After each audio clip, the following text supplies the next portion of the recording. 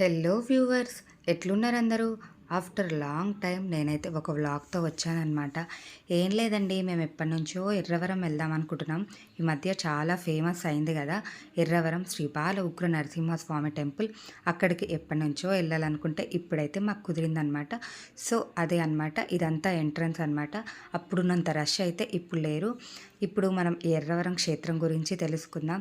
ఏం లేదండి, స్వయంభుగా వెలిసిన క్షేత్రాలలో ఎర్రవరం శ్రీ బాల ఉగ్ర నరసింహస్వామి టెంపుల్ అయితే ఒకటనమాట. ఇది సూర్యాపేట జిల్లాలోని కోదాడ మండలంలో వెలిసింది. ఎర్రవరం గ్రామంలో అయితే ఈ దేవుడు వెలిసాడనమాట. సో అదనమాట ఈ పుణ్యక్షేత్రం గురించి. కోరిన కోరికలు తీర్చే దేవుడుగా ఈయనైతే చాలా ప్రసిద్ధి చెందాడు. సో ఇదంతా పైకి వెళ్ళడానికి రూట్ అనమాట. అక్కడ కనిపిస్తుంది కదా, అందులోనే దేవుడైతే ఉన్నాడు. చాలా చిన్న విలేజ్, కానీ ఇప్పుడు చాలా ఫేమస్ అయింది ఈ స్వామి వల్ల. ఇదంతా అన్నమాట. విలేజ్ వాళ్ళైతే చాలా ఇలా అరేంజ్ చేశారు. టెంపుల్ అయితే కొంచెం కన్స్ట్రక్షన్లో ఉంది. ఇదంతా అదే అనమాట. దీనికి గర్భగుడి లాగా ఏమీ లేదు. కొండపైన అయితే దేవుడైతే వెలిసాడనమాట. ఒక బాలుడి మీదకి వచ్చి, ఆ ఊరిలోని ఒక బాలుడి మీదకి వచ్చి వెలిసాడని స్వయంగా చెప్పారు. ఇదన్నమాట టెంపుల్ అయితే. ఇది టెంపుల్ నుంచి బయటకు వచ్చాక ఇది. అండ్ ఇక్కడైతే ఎవ్రీడే మధ్యాహ్నం భోజనం అయితే పెడతారనమాట, అన్నదానం లాగా. ఆ ఊరి ప్రజలు ఎవరో ఒకళ్ళు అయితే పెడుతున్నారు. ఇప్పటి వరకు వచ్చిన ప్రజలకు ఇబ్బంది లేకుండా చాలా బాగా చూసుకుంటున్నారు. దైవ దర్శనం అయిపోయాక మనం వెనుక సైడ్ వెళ్తే పక్కకి కొబ్బరికాయలు కొట్టే స్థలం ఉంటుందన్నమాట.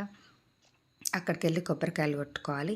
ఇదంతా గుట్ట మీదనే అనమాట. ఆ ఊరు నుంచి కొంచెం లోపలికి వెళ్ళాక ఇలా ఉంటుంది. ఎర్రవరం వెళ్ళిన ఎవరికైనా ఏది కోరుకుంటే అది ఖచ్చితంగా అవుతుందని చాలామంది ప్రజలు నమ్మారు, జరిగాయి కూడా. సో మీకు కూడా వీలున్న రోజు వచ్చి దేవుణ్ణి అయితే దర్శనం చేసుకొని వెళ్ళండి. మీకు ఏమైనా తీరని కోరికలు ఉంటే కూడా తీరుతాయి. ఇక్కడ చాలా ప్రసిద్ధి కాంచింది శ్రీ బాల ఉగ్ర లక్ష్మీ నరసింహస్వామి అనమాట.